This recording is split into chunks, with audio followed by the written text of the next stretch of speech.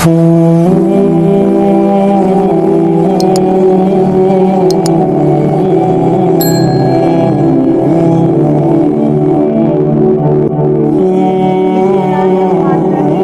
علیکم friends, welcome کہتی ہوں آپ کو اپنے چینل خزینہ وظائف میں۔ فرینڈز، رمضان المبارک کے مقدس مہینے میں دن کی عبادت روزہ ہے تو رات کی عبادت تراویح۔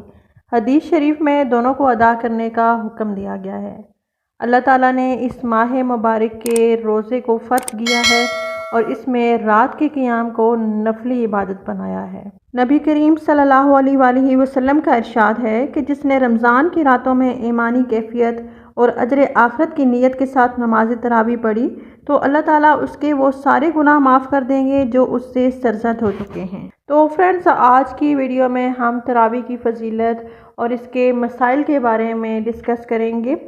تو اس کے چند ایک اہم پہلو میں آپ کے سامنے رکھوں گی جو سب کا جاننا بہت ضروری ہے کہ اگر کوئی مسجد تراویح کی جماعت سے خالی رہے گی تو سارے محلے والے گناہ گار ہوں گے۔ اسی طرح اگر اپنے محلہ کی مسجد میں قرآن مجید ختم نہ ہو یا امام قرآن پاک غلط پڑھتا ہو تو تراویح کے لیے محلہ کی مسجد چھوڑ کر دوسری جگہ جانا جائز ہے۔ اسی طرح تراویح کی امامت کے لیے حافظ کا متبع سنت ہونا ضروری ہے۔ داڑھی منڈانے یا کترانے والے کو تراویح میں امام نہ بنایا جائے۔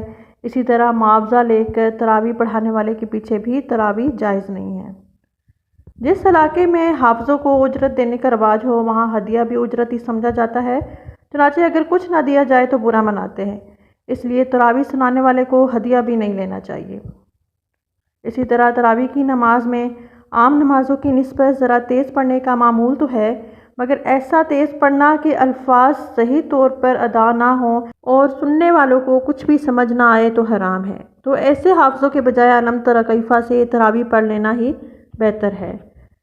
تراویح پڑھنا مستقل سنت ہے اور تراویح میں پورا قرآن پاک سننا الگ سنت ہے۔ تو جو شخص ان میں سے کسی ایک سنت کا تارک ہوگا وہ گناہ گار ہوگا۔ اسی طرح نماز تراویح میں اگر لاؤڈ سپیکر کا استعمال ہو تو اس کی آواز صرف مسجد تک ہی محدود رہنی چاہیے۔ تو تراویح میں اوپر کی سپیکر کھول دینا جس سے پورے محلے کا سکون غارت ہو جائز نہیں ہے۔ اسی طرح تراویح میں قرآن مجید دیکھ کر پڑھنا صحیح نہیں ہے۔ اسی طرح ہاتھ میں قرآن پاک لے کر سننا غلط ہے۔ نماز تراویح میں اگر امام کی آواز نہ سنی جا سکے تب بھی پورا ثواب ملے گا۔ اسی طرح تراویح کی نماز سنت موقدہ ہے، مردوں کے لیے بھی اور عورتوں کے لیے بھی۔ نماز وتر تراویح کے بعد پڑھنا افضل ہے۔ اگر کوئی مقتدی دیر سے آیا اور اس کی کچھ تراویح باقی ہیں کہ امام وتروں کے لیے کھڑا ہو گیا تو پہلے وتر امام کے پیچھے پڑھے اور پھر اپنی باقی تراویح بعد میں پوری کرے۔ اسی طرح 4 رکعت پڑھنے کے بعد تھوڑی دیر بیٹھنا بھی مستحب ہے۔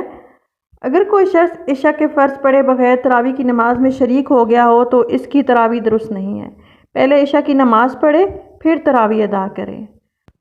اگر کسی شخص نے عشاء کے فرض جماعت سے نہ پڑھے وہ بھی نماز وتر جماعت سے پڑھ سکتا ہے۔ تو اب بات کرتے ہیں کہ نماز تراویح بیٹھ کر پڑھ سکتے ہیں یا نہیں۔ تو کسی عذر کے بغیر بیٹھ کر تراویح پڑھنا مکروہ ہے، البتہ اگر کوئی عذر ہو تو بیٹھ کر پڑھنا بھی درست ہے۔ اسی طرح جو شخص عشاء کے فرض جماعت سے نہ پڑھ سکا ہو تو اس کے لیے تراویح کی نماز باجماعت پڑھنا درست ہے۔ اگر کوئی شخص مسجد میں ایسے وقت پہنچا جب عشاء کے فرض ہو چکے ہوں تو وہ پہلے فرض ادا کرے پھر تراویح میں شریک ہو اور تراویح کی جو 4 رکعت رہ گئی ہوں ان کو وتر جماعت سے ادا کر کے بعد میں پڑھے۔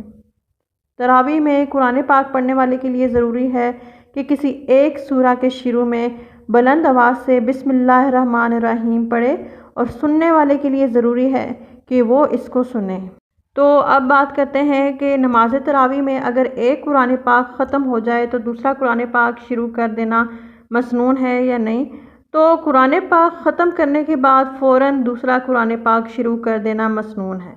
نبی پاک صلی اللہ علیہ وآلہ وسلم کا فرمان ہے کہ اللہ تعالیٰ کو یہ بات بہت پسند ہے کہ جب ایک بار قرآن پاک ختم ہو تو فوراً دوسرا شروع کر دیا جائے اور دوسرا شروع کر کے اولئک هم المفلحون تک پہنچا کر چھوڑ دیا جائے۔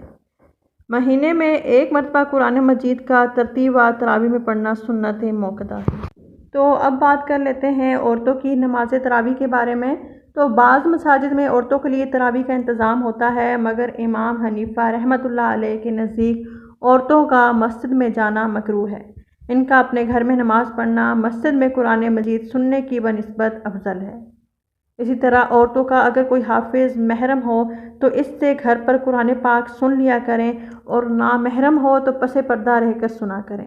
اگر گھر پر حافظ کا انتظام نہ ہو سکے تو علم تر کیفہ سے تراویح پڑھ لیا کریں۔ اسی طرح عورتوں کی جماعت مکروہ تحریمی ہے۔ اگر کوئی عورت جماعت کرائے تو امام کی طرح آگے کھڑی نہ ہو بلکہ صف ہی میں ذرا کو آگے ہو کر کھڑی ہو، اور اگر عورت تراویح سنائے تو کسی مرد کو خواہ اس کا محرم ہی کیوں نہ ہو اس کی نماز میں شریک ہونا جائز نہیں ہے۔ تو فرینڈز آج کے لیے بس اتنا ہی۔ امید کرتی ہوں کہ میری آج کی یہ ویڈیو آپ کو ضرور پسند آئے گی۔ ویڈیو پسند آئے تو صدقہ جاریہ سمجھ کے لائک شیئر اینڈ سبسکرائب ضرور کریں۔ ملتی ہوں آپ سے نیکسٹ ویڈیو میں اگلے وظیفے کے ساتھ، تب تک کے لیے اللہ حافظ۔